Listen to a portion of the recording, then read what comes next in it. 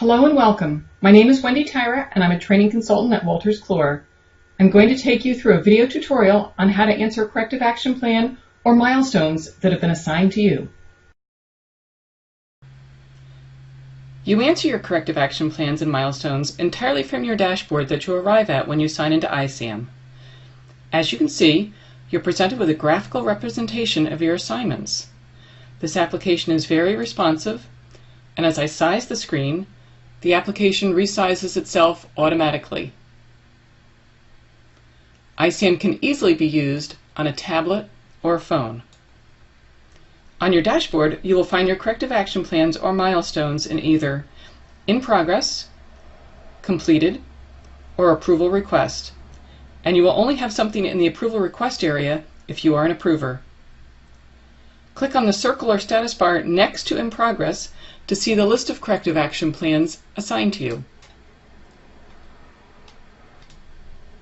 A corrective action plan may contain one or more milestones. In this list of corrective action plans, you see the name of the controller domain this corrective action plan was created for, the state it is in. You'll see them in a potential of 3 states. Pending review, you have finished answering the questions and have submitted it for approval. Rejected, the approver didn't agree with all of your actions and you need to look for the comments indicating additional documentation or something else required. Assigned, this is a work in progress. You can see the last time the corrective action plan was edited, the date it is due, and the name of the assessment. In the list of milestones, you see what needs to be accomplished in the milestone, the corrective action plan it was generated for, the state of the milestone, which is actually the state of the corrective action plan it is associated with, assigned, pending review, or rejected, the date it was last edited, the date it is due, and the name of the assessment. To go into either the corrective action plan or milestone, select the Edit button. Now let's take a good look at a corrective action plan. During the remainder of this video, I will refer to the corrective action plan by its initials, or CAP.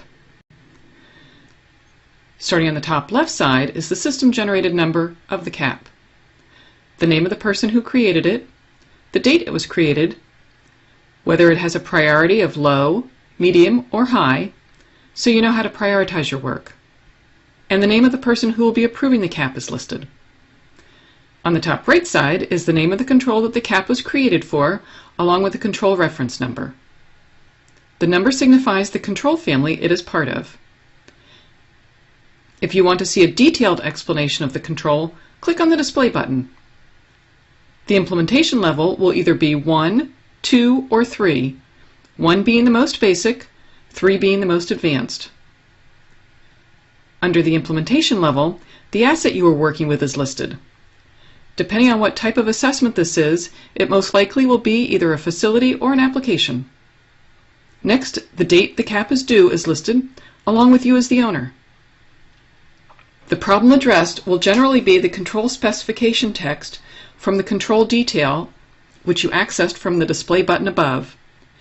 The requirements are generally the implementation text from the control detail, and will be a list of the items that need to be addressed in this CAP because they were determined to be out of compliance during the assessment. To see either of these in their entirety, click on the Edit button to the right. Under the detailed section of the CAP, the length of time from start date to due date is listed, along with resources needed to implement this CAP, if they've been entered. Below that information, you have the capability to attach any documentation pertaining to this CAP. And if you want to associate this CAP with a URL, maybe a link to a vendor site of the product you'll be purchasing to mitigate this CAP, you can do that here. Next area contains the milestones that you may or may not be responsible for. This is the area that documents what you need to do to mitigate this CAP. Within the milestone, you can see what you need to accomplish, the date this milestone was set up, the date it is due, the email address of the person responsible for the milestone, the status of not started, in progress, or completed, plus any progress notes or comments you may want to include. The last area of the CAP gives you an area to document the cost to implement it. You can enter the name of the product, the capital and operating cost, man hours, hourly rate, and date you need this resource by, plus any progress notes or comments you may want to include. Just like when you are answering questions in a controller domain, you can work on this in steps. After you add something to the CAP, hit Save.